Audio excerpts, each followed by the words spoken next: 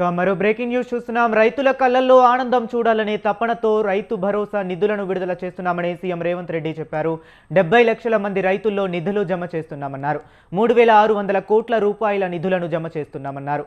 ఇంకా మిగిలిన రోజుల్లో 5400 కోట్లు జమ అవుతాయని చెప్పారు. 25 రోజుల్లో 2700 కోట్లు, తరువాత 20 రోజులకు 2700 కోట్ల నిధులను జమ చేస్తామన్నారు. ప్రభుత్వం దీక్షభూని సిద్దిపేట జిల్లాలోని ఈ కార్యక్రమం చేపట్టిందన్నారు.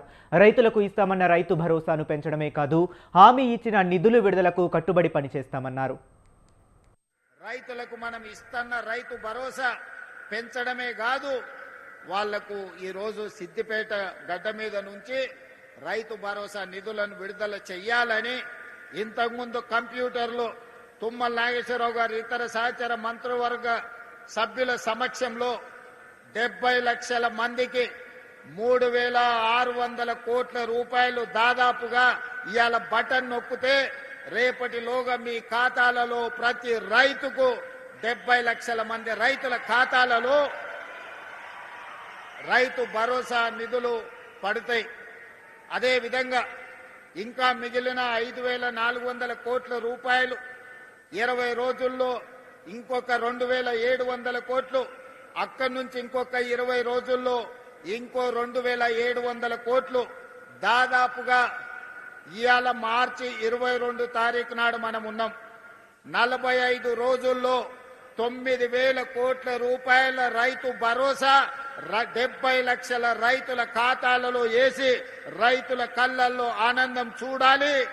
ఈ ప్రగతి ప్రణాళికలో రైతుల సంక్షేమం కోసం పనిచేయాలని మా ప్రభుత్వం దీక్షభూని ఈనాడు సిద్దిపేట జిల్లాకు వచ్చి ఈ కార్యక్రమం.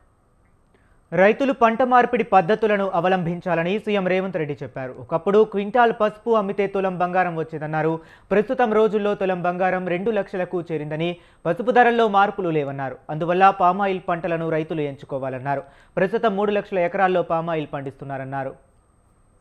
ఒకప్పుడు ఒక క్వింటాల్ పసుపు మార్కెట్లో అమ్మితే తులం బంగారం కొనుక్కొని ఇంటామ కోసం తీసుకొచ్చేది అని.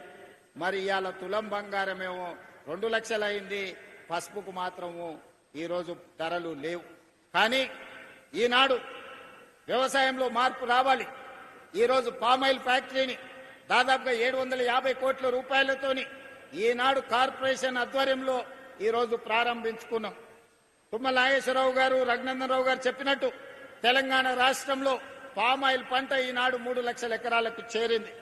3 లక్షల ఎకరాలు కాదు, 10 లక్షల ఎకరాల పామాయిల్ పండించినా కొనడానికి ప్రభుత్వం సిద్ధంగా ఉంది. మీకు లాభసాటి వ్యవసాయంగా మారుతుంది. రైతును పంట మార్పిడిలోకి రావాల్సిందిగా నేను విజ్ఞప్తి చేస్తున్నా. ఒకప్పుడు ఒక క్వింటాల్ పసుపు మార్కెట్లో